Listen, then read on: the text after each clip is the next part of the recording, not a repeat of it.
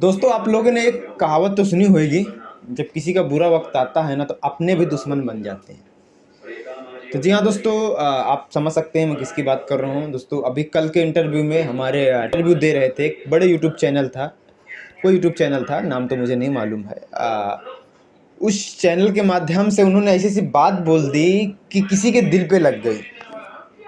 ऐसा लगा, मतलब ऐसा उन्होंने बोला कि सामने वालों को महसूस भी ना हो, और बात सीधा, मतलब होता ना, एक तीर से डबल निशाना, वैसा मामला होगा। जी हाँ दोस्तों, मैं बात कर रहा हूँ अपने पावर स्टार पवन सिंह की।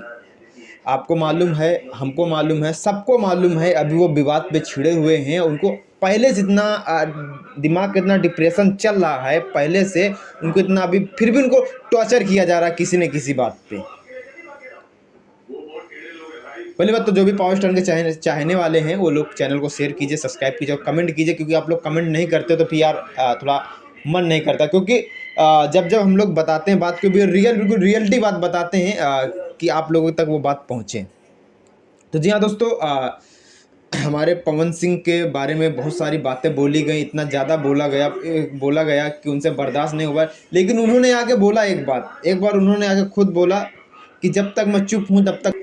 आपको मालूम है कि अभी ज्योति जिनसे थोड़ा छुटकारा नहीं मिल पाया, उसके बाद अक्षरा सिंह आ गई। अक्षरा सिंह से काफ़ी विवाद चला, उससे भी छुटकारा नहीं मिल पाया कि नया मोड़ खड़ा कर दिया। उधर ज्योति सिंह बनारस घाट पे अच्छा खासा रील्स बना रहे हैं, उनको ऐसा महसूस हो रहा है हम लोगों को कि उनको बीच कुछ लगता हुआ ही नहीं है, ऐसा वो लोग फीलिंग कर रहे हैं।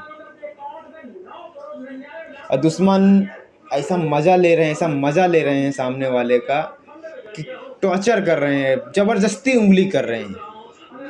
पहले तो पहले तो बुरी बुरी बातें बोलेंगे, बाद में मीठी मीठी बात बोल देंगे, ऐसा लगता है कि भाई वो अपने लोग। ये हमारी अनुपमा यादव ने भी आके लाइव में आके बोला कि ज्योति सिंह के बारे में, कि अनुपमा यादव ने कहा कि पवन सिंह हमारे भाई लगते हैं, भाई की तरीके हम उनको मानते हैं। ऐसा जो आप कदम उठा रहे हैं वो बहुत गलत है। ऐसा सोच समझ के उनके ऊपर एक बहुत बड़ा इल्ज़ाम उन्होंने लगा दिया, जो पूरे सोशल मीडिया को हिला के रख दिया, बीमारी वाला।